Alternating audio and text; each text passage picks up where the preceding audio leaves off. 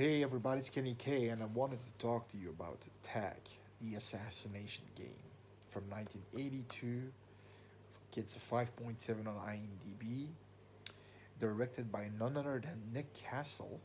Nick Castle, the original Michael Myers, who wore the mask as the first Michael Myers in 1978's Halloween. You've got are a lot of known actors in this obscure movie, hard to find. Linda Hamilton, Sarah Connor, Robert Carradine, who also is in Revenge of the Nerds, plays Lewis, and the half brother of David Carradine, Bill, right? Michael Winslow, our favorite black cop in Police Academy with the, you know, our soundtrack guy, soundtrack cop. Now the movie is basically plays on a campus. It's and they're organizing this extreme organized LARP game with plastic guns and one of those darts in, where you fire a dart and it sticks to a wall. And every person has this little thing like this paper Shit! with papers in it with deceased and killed, and if you kill somebody, you take their papers. Now you do have Linda Hamilton. Susan is one of these LARPers. Is a student. She LARPs and wants to win this year because you have an invincible winner, a guy named Lurch, and when he accidentally gets hit, he becomes crazy, and he's so obsessed that he just takes a real gun and starts killing people for real, and people are disappearing one by one. And that's the movie. Now, and Robert Carradine is somebody, he's also a student, but he also works in the Campus Gazette, and he follows Linda Hamilton's character Susan around because, for one, he likes her, and two, he wants to know a little bit more about this LARPing craze that's taking over. And they get a guy a, with sunglasses and a suit from the outside. He's not a professor or something. He doesn't work on campus. He's just a guy in an office who works as the LARP mediator control. I mean, whatever. Um, Now the pros and the cons about this movie. The pros are acting is well done. You gotta know you got really good actors in this movie, right? Acting is well done.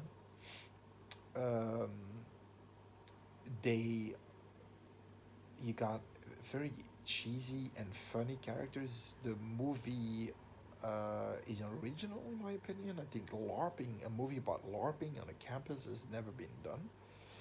It's funny because they start the movie out in this James Bond kind of intro,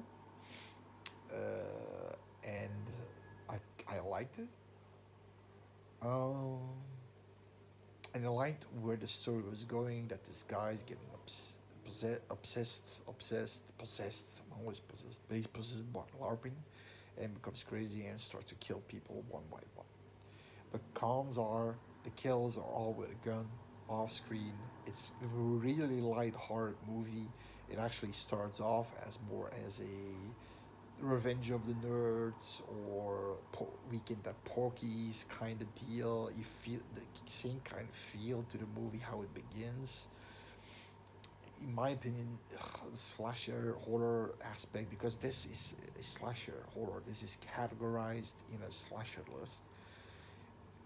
Very tame. And the only horror slasher aspect I'm getting from this is, of course, you got a killer killing people one by one, and in the movie it's a who done it, but we know who the guy is, right? We see this in the invincible killer, LARP killer being killed, you know, by the fake gun, but then getting a real gun and killing him and the guy who hit him, and then people are disappearing, and every time he kills somebody he calls the LARPing commissioner with the guy who keeps it all, you know, running and the, saying declaring the winner, this outsider that I mentioned. And to say that it's a slasher movie that it reeled me in, me personally in, and that's just my opinion as a slasher fan. No, no, no. It's more of a lighthearted, very lighthearted horror movie, maybe slasher movie.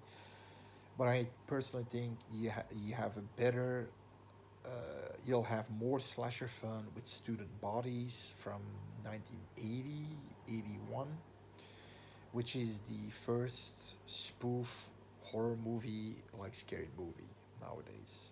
I believe that's the first one. That's more slasher related. You also have a whodunit in that one, so this one very lighthearted, very lighthearted. But for that reason, I mean, that doesn't make it a bad movie. But for me to watch this movie because it's a slasher list, I never heard about it, and with all these good actors, I was kind of disappointed. You also have something that constantly, when somebody says a piece of dialogue, they would think, okay, it's in you see in those old movies, somebody says something very exciting, like now I got him, and then you see dun da dun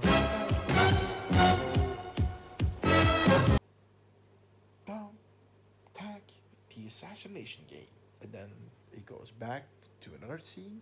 You constantly have those things spread out through the movie, even when you think, ugh, but those are very. First of all, I got they irritated me. A second, they were misplaced at point. What I mean with misplaced, that wasn't really something awesome the person says. You know, it's all those things happen always when somebody says something that will be exciting or tense or whatever, and then you get that little title thingy again, and then you know, but somebody just says, "I'm gonna drink a coffee." The heck, the assassination game, right? It were really misplaced, those intermission little clips, and that's the only thing I got. I'm complaining about that. It's not that it lured me in as a slasher fan, kinda, and but IMDb it doesn't say it's a slasher movie, so I actually followed that letterboxed slasher list. Now, of course, this is made by slasher fans, but it was a really well done list. So, but I get where he was going with this. It does have a slasher aspect going on in this movie. Uh, for people who want to see, I'm giving it a 5. I mean, it's if you're a slasher fan and you want to see something very light-hearted with a lot of with some a fun movie, good acting, fun movie, seeing known faces, because Linda Hamilton, after short not long after this movie, she plays Sarah Connor, the famous Sarah Connor, right? So, that being said, uh, I hope you enjoyed the video. Uh, give it a watch if you're a slasher fan and you want to see something lighthearted, but it's an obscure movie, it's hard to find. Like the video, comment, and subscribe. It's all free, it's all good. See you later. Bye bye.